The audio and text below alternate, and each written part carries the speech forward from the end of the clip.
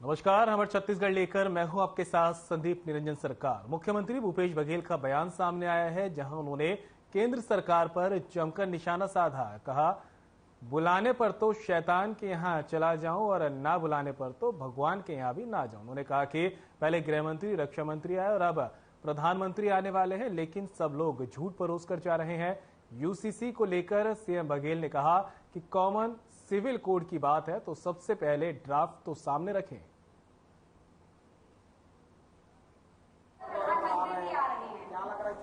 लोकसभा चुनाव समय आए थे, उसके बाद अब आ रहे हैं। तो हाँ, बोलिए पूछिए। सर, केजरीवाल जी का भी दौरा है। वो सब लोग, मैं तो पहले ही बोल रहा हूँ कि अभी देखिए, पहले गृह मंत्री जी आए, फिर नड्डा जी आए, कल रक्षा मंत्री राजनाथ सिंह जी आए, प्रधानमंत्री आने वाले हैं, केजरीवाल वाले सब आएंगे, लेकिन सब लोग झूठ परोस के जा रहे हैं। जिस प्रकार से गृह मंत्री जी ने कहा कि धान हम खरीदते हैं, ये सबसे बड़ा सफेद झूठ है। दूसरा, कल राजनाथ सिंह जी आए, अब वो कह नक्सलवाद बढ़ रहा है। अब बताइए भला, छत्तीसगढ़ में नक्सलवाद घटा है कि बढ़ा है? तो कितना झूठ बोलवाएंगे भारतीय जनता पार्टी के लोग। वैसे बहुत सज्जन व्यक्ति हैं राजनाथ सिंह जी, लेकिन उससे झूठ तो ना बुलवाएं। और अब चूंकि नक्सलवाद उनके विभाग का नहीं है, और कल धर्मांतरण के बारे में बोल रहे थे, वो भी उनका विभाग नहीं है, लेकिन भारतीय जनता पार्टी के लोग उससे भी झूठ बोलवा रहे हैं।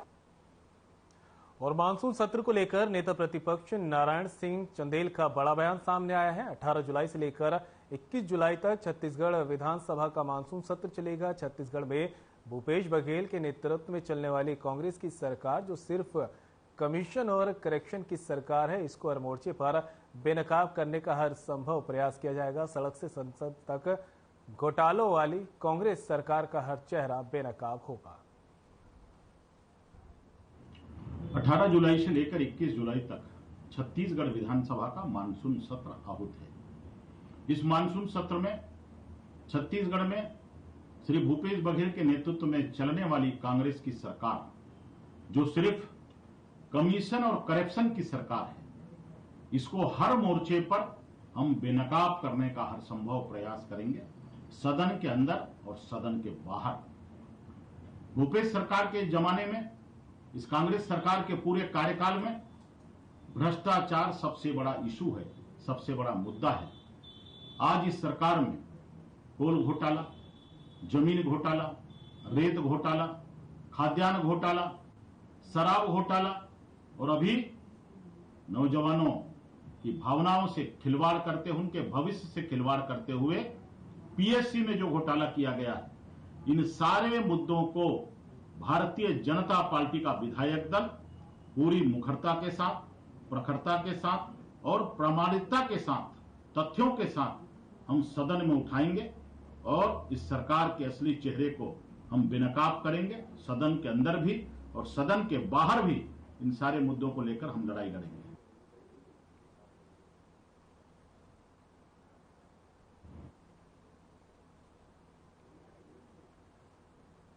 नेता प्रतिपक्ष नारायण सिंह चंदेल का बड़ा बयान सामने आया है। उन्होंने कहा कि सदन में सरकार को बेनकाब करने का काम किया जाएगा। प्रदेश सरकार पर निशाना साधते नजर आए यहां पर नेता प्रतिपक्ष।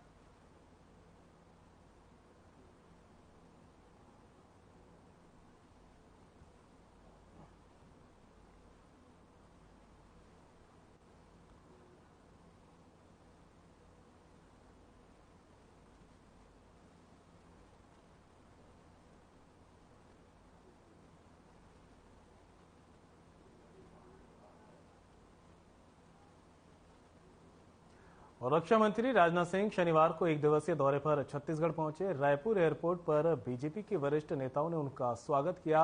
रायपुर में कुछ देर रुकने के बाद राजनाथ सिंह सीधे कांकेर के लिए रवाना हुए। यहां उन्होंने पद्मश्री अजय मंडावी से मुलाकात की और उन्हें सम्मानित भी किया। नरहरदेव मैदान में रक्षा मंत्री ने जनसभा को संबोधित किया। रक्षा मंत्री ने अपना संबोधन छत्तीसगढ़ी से शुरू किया और सभी को जय जोहार कहा। उन्होंने कहा, काफी दिनों बाद कांकेर आया, देर से आने के बावजूद आपने तालियों से मेरा स्वागत किया।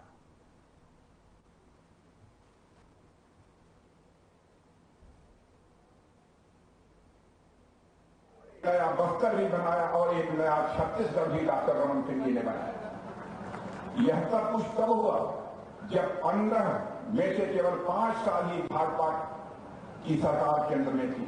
यानी डबल इंजन की का जो पावर मिलना चाहिए वह लगातार 15 वर्षों तक इनको नहीं मिला था, केवल 5 वर्षों तक मिला था। इसके बावजूद उन्होंने छत्तीसगढ़ को बढ़ाया, उन्होंने छत्तीसगढ़ को सजाया, उन्होंने छत्तीसगढ़ को संवारा और देश का एक प्रगतिशील राज्य बनाने का काम यदि किसी ने किया है तो आपने डॉक्टर रमन सिंह जी ने किया। मगर 2018 के विधानसभा चुनाव में आप लोगों ने जनादेश देकर सरकार बदल दी, क्योंकि आप लोगों ने उस समय कांग्रेस की कुछ गारंटियों पर भरोसा कर लिया। कांग्रेस के लोगों ने यह गारंटी दी कि हम आएंगे, यह कर देंगे, वह कर देंगे। आपको लगता था कि नई सरकार बनेगी और अधिक तेजी से काम हुआ, लेकिन आप जानते हैं नतीजा ठीक उसका उल्टा हुआ। मेरे बहनों भाइयों, आपने सोचा था कि प्रदेश सरकार बदलकर हम एक बार नई सरकार का भी स्वाद चख लें, इस चक्कर में आपने डॉक्टर रमन सिंह की सरकार को बदल दिया। लेकिन स्वाद इस सरकार का कैसा है यह मुझे बताने की जरूरत नहीं है, इसका अनुभव आप स्वयं करें। और जिस तरीके से रमन सिंह जी के नेतृत्व में भाजपा सरकार, मेरे बहनों भाइयों, छत्तीसगढ़ को आगे ले जा रही थी, कांग्रेस में इस समय के जो मुख्यमंत्री हैं बघेल जी, उनकी क्या हालत है। उन्होंने एकदम बिल्कुल प्रदेश की दिशा ही बदल दी। कहां यह हमारा छत्तीसगढ़ सारे हिंदुस्तान के लोगों की नजरों में आगे बढ़ रहा था, उसकी दिशा को ही बदल दिया। जबकि केंद्र की मोदी जी सरकार ने छत्तीसगढ़ के साथ यहां कांग्रेस की सरकार होने के बावजूद कोई सौतेलापन नहीं किया। उन्होंने कहा भले ही किसी पार्टी की सरकार हो, लेकिन केंद्र के द्वारा हमें वहां की जनता की चिंता करनी है, इसलिए जो भी मदद करनी होगी हम दिल खोल कर मदद करेंगे। और छत्तीसगढ़ के हमारे प्रधानमंत्री ने मदद की। मेरे बहनों, मैं आप लोगों से पूछना चाहता हूं, छत्तीसगढ़ बनाने की सबसे बड़ी वजह क्या थी? भाइयों बहनों, छत्तीसगढ़ बनाने के पीछे हमारे उस समय के प्रधानमंत्री आदरणीय अटल जी की एक ही मंशा थी कि हमारे जो आदिवासी भाई हैं, आदिवासी भाइयों को जो सैकड़ों साल से विकास की यात्रा में पीछे रह गए हैं, उन्हें भी किसी सूरत में हम आगे ले आए। इसीलिए झारखंड भी अलग राज्य बनाया उन्होंने और छत्तीसगढ़ अलग राज्य बनाया। बहनों भाइयों, केवल हमारे आदिवासी भाई आगे आए, यह उनकी मंशा थी। इसी कारण अटल जी ने यह काम किया और अटल जी की इसी संवेदनशीलता को ध्यान में रखते हुए आदिवासी समाज की बहुतायत संख्या वाले 2 राज्य और छत्तीसगढ़ और झारखंड का गठन किया गया। और आपको जानकर खुशी होगी, लंबे समय तक इस देश में कांग्रेस ने हुकूमत किया है मेरे बहनों भाई, लेकिन कभी भी आदिवासियों के कल्याण के लिए, आदिवासियों के विकास के लिए अलग से राज्य नहीं बनाया। भारत के इतिहास में पहली बार किसी की सरकार ने अलग से आदिवासियों के कल्याण के लिए और आदिवासियों के विकास के लिए अलग से मंत्रालय बनाया तो हमारी भारतीय जनता पार्टी की सरकार, हमारे नेता आदरणीय अटल बिहारी वाजपेयी ने बनाया। और मेरे बहनों भाइयों, देश के दलितों, आदिवासियों और किसानों के लिए जो प्रतिबद्धता अटल जी में के दिल में थी, वही प्रतिबद्धता आज मैं आपसे कहना चाहता हूं कि हमारे प्रधानमंत्री आदरणीय नरेंद्र मोदी जी के भी दिल में देखने को हम सबको मिलती है। क्या कभी आपने सोचा था कि आदिवासी मां की कोख से पैदा हुई कोई बेटी भारत की प्रथम नागरिक बन जाएगी, राष्ट्रपति बन जाएगी? बहनों भाइयों, कभी भी आदिवासी समाज ने सोचा नहीं। यह करिश्मा कर दिखाया है तो हमारे प्रधानमंत्री नरेंद्र मोदी जी ने कर दिखाया है। मेरे बहनों भाई, साथियों, आप लोगों को जानकर खुशी होगी कि अकेले आदिवासी समाज के कल्याण के लिए मोदी जी ने, ध्यान से सुन लीजिए, केवल आदिवासी समाज के कल्याण के लिए मोदी जी ने 90,000 करोड़ रुपए का अलग से बजट आवंटित कर दिया है, जो कि आज तक भारत के इतिहास में कभी नहीं हुआ। इतना ही आदिवासी समाज के योगदान की पहचान और उसके सम्मान के लिए हर साल मोदी जी ने तय कर दिया है कि 15 नवंबर को जनजातीय गौरव दिवस सारे देश में मनाया जाएगा और सभी लोग मनाएंगे। यह हमारे प्रधानमंत्री ने तय किया। और मेरे बहनों भाइयों, आजादी के बाद देश में पहली बार इतने बड़े पैमाने पर देश के आदिवासी समाज की कला, संस्कृति, स्वतंत्रता आंदोलन और राष्ट्र निर्माण में जो उनका योगदान है उसको याद किया जा रहा है और गर्व के साथ आदिवासी भाइयों को सम्मानित किया जाता है।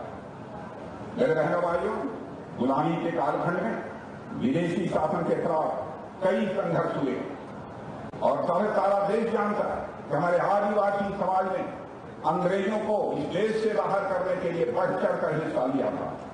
और हम लोग इस सारी बातों को सारे देश के सामने ही नहीं, सारी दुनिया के सामने ला रहे हैं कि हमारे देश के आदिवासी भाइयों ने इस देश को आजादी दिलाने में कैसी भूमिका निभाई। सारी दुनिया में हम इसे सामने ला रहे हैं। आज भारत अपनी स्वतंत्रता की 75वीं वर्षगांठ मना रहा है। तब बस्तर की पुनीत माटी से अपने जंगल और जमीन के लिए अंग्रेजों से लड़ते हुए, उनके दांत खट्टे करते हुए और अपना सर्वोच्च बलिदान देने वाले शहीद मुन्ना धुर जैसे नायकों का स्मरण जब मैं यहां हूं तो स्वाभाविक रूप से मुझे आता है। मेरे बहनों भाइयों, साथियों, जब हम आज राष्ट्रीय मंचों से राष्ट्र के इस निर्माण में, देश को बनाने में आदिवासी समाज के योगदान की हम चर्चा कर रहे हैं तो कुछ लोगों को आश्चर्य होता है। ऐसे लोग यह नहीं समझते कि भारत की संस्कृति को मजबूत करने में आदिवासी समाज का कितना बड़ा योगदान है। शायद इस बात को लोग समझ नहीं पाते। इसका कारण यह है कि आदिवासी समाज के योगदान के बारे में या तो देश को बताया ही नहीं गया और बताया गया तो बहुत जानकारी उनको दी गई। उनका कितना बड़ा योगदान है इसकी जानकारी नहीं दी गई।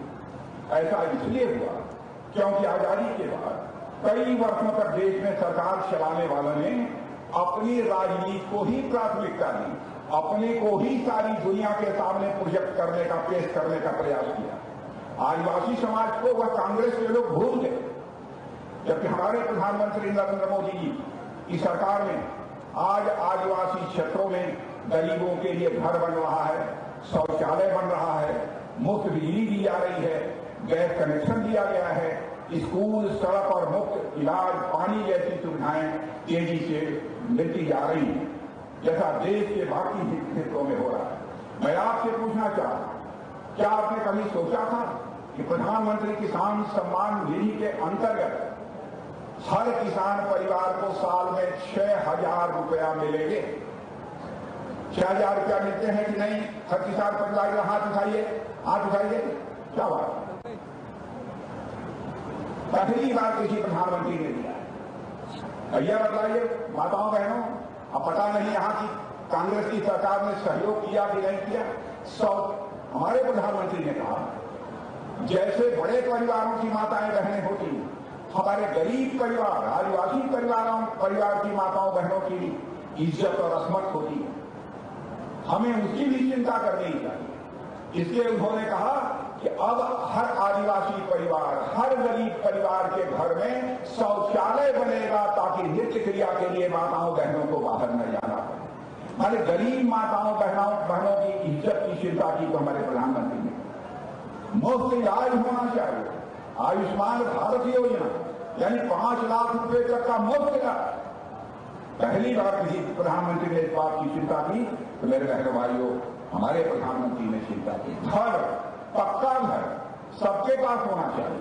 लेकिन मुझे जानकारी मिली है कि छत्तीसगढ़ सरकार को जो अपना शेयर देना था वो छत्तीसगढ़ की सरकार शेयर नहीं ले रही।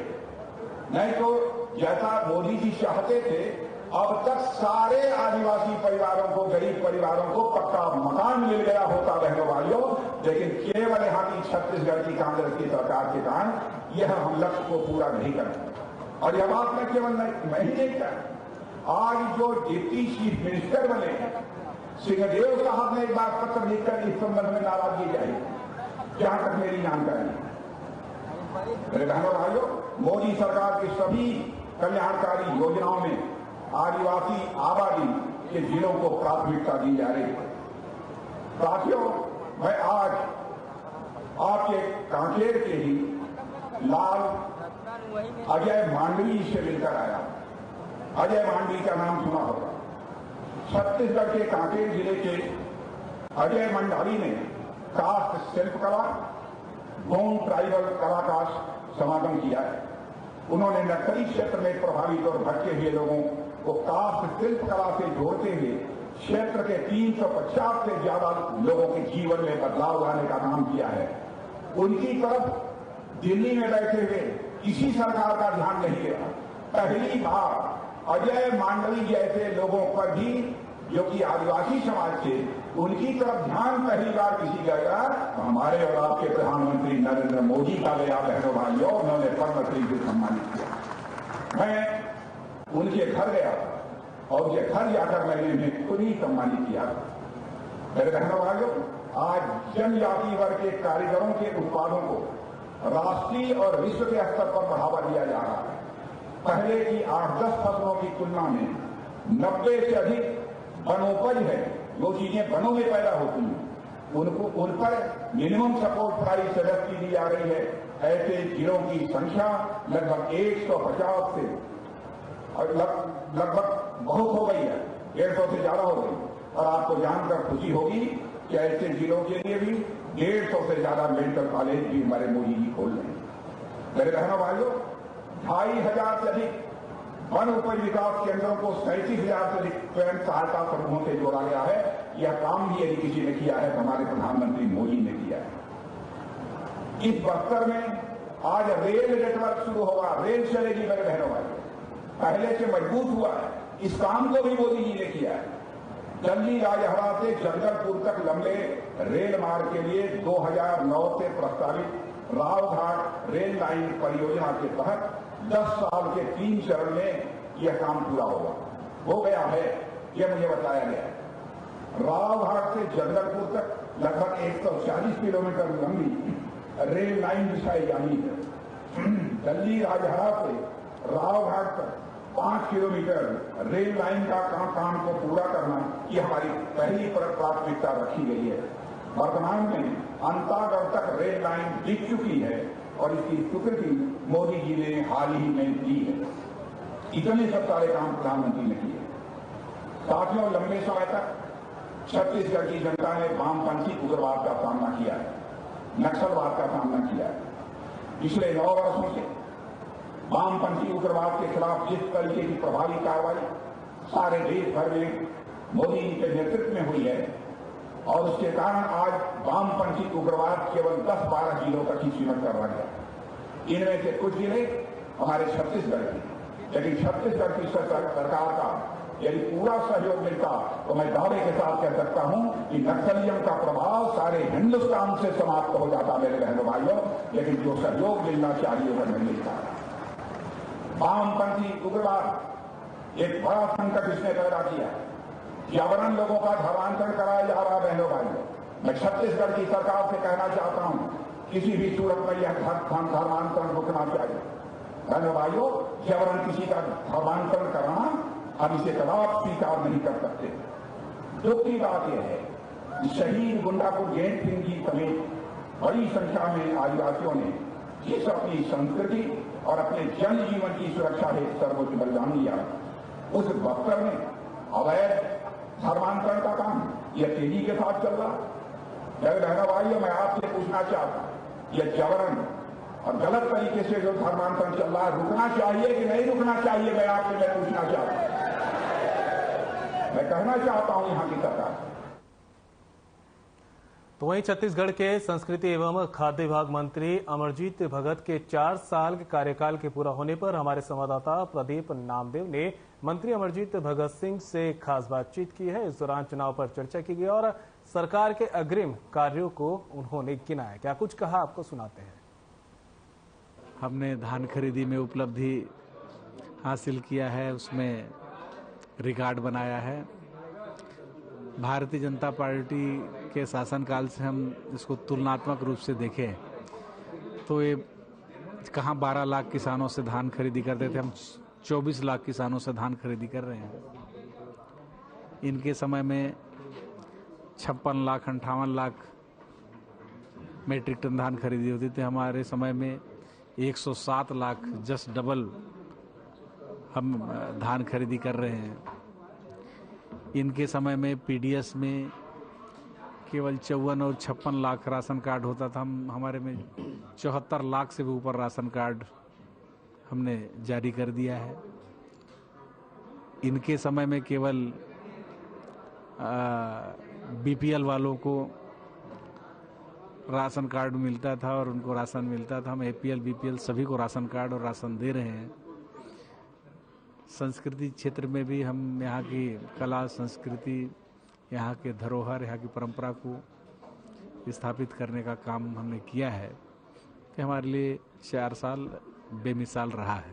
छत्तीसगढ़ को अब एक फिल्म सिटी भी मिलने वाली है, इसमें क्या कुछ खास काम उसमें चल रहा है? अभी केवल एक ही काम अभी पेंडिंग है, फिल्म सिटी निर्माण का। उसके लिए भी हम प्रयास कर रहे हैं, प्रक्रिया चल रही है। जिस दिन होगा तो वो भी कंप्लीट होगा। तो देखिए, थे हमारे साथ खाद्य एवं संस्कृति मंत्री अमरजीत भगत। आज इनके 4 साल का कार्यकाल पूरा है, जिसको लेकर हमने चर्चा की। कैमरा पर्सन योगेश के साथ रायपुर से प्रदीप नामदेव। तो वहीं रायपुर में प्रांतीय आर्य महासम्मेलन और ज्ञान ज्योति पर्व कार्यक्रम का आयोजन किया गया, जिसमें सीएम भूपेश बघेल ने शिरकत की। आपको सीधे लिए चलते हैं। तो फिर अंग्रेजों का शासन था, यहां हम लोग नहीं जा पाते थे। बहुत पुरानी बात नहीं है, 25 मई 2013 की घटना। और वो दहशत हम लोगों को मालूम है। तो समझिए, अंग्रेजों के समय जो अमृतसर में जो घटना घटी है, उस समय क्या माहौल रहा होगा, उस परिस्थिति में कैसे इस प्रकार विरोध स्वरूप आयोजन किया होगा महात्मा गांधी, नेहरू जी और श्रद्धानंद सरस्वती जी ने, इसकी कल्पना की जा सकती है। वो साहस या वो प्रतिरोध की क्षमता, जो सत्य के मार्ग में चल सकता वही कर सकता है, दूसरा नहीं कर सकता। जब हम प्रजातंत्र में नहीं कर पा रहे थे, जीरन घाटी नहीं जा पा रहे थे, बस्तर नहीं जा पा रहे थे, ये सब साथी सब गवाह हैं, जानते हैं। उस समय उस दौर में विरोध में खड़ा होना कोई छोटी मोटी बात नहीं है। आदरणीय साथियों, बहुत ज्यादा और उस बार में नहीं जाऊंगा गौठान के बारे में या राम वनगमन पर्यटन पथ के बारे में। तो स्वामी जी ने बहुत अच्छी बात कह दी, तो मुझे कुछ बताने की जरूरत नहीं है। हम लोग लगातार लगे हुए हैं। जो हमारी छत्तीसगढ़ की परंपरा है, उससे जोड़ते हुए गौठान का निर्माण हमारी परंपराएं हैं। और गौशाला में होता यह है कि गौशाला जो चलाने वाले हैं उसी से गौ माता के संबंध हो जाते हैं, लेकिन मालिकों का जो पशु मालिक है या गौ माता के जिसके घर में है, उससे संबंध टूट जाता है। हमने इसे गौठान किया, डे केयर के रूप में। और बुलेटिन में मेरे साथ इतना ही। दीजिए इजाजत, नमस्कार।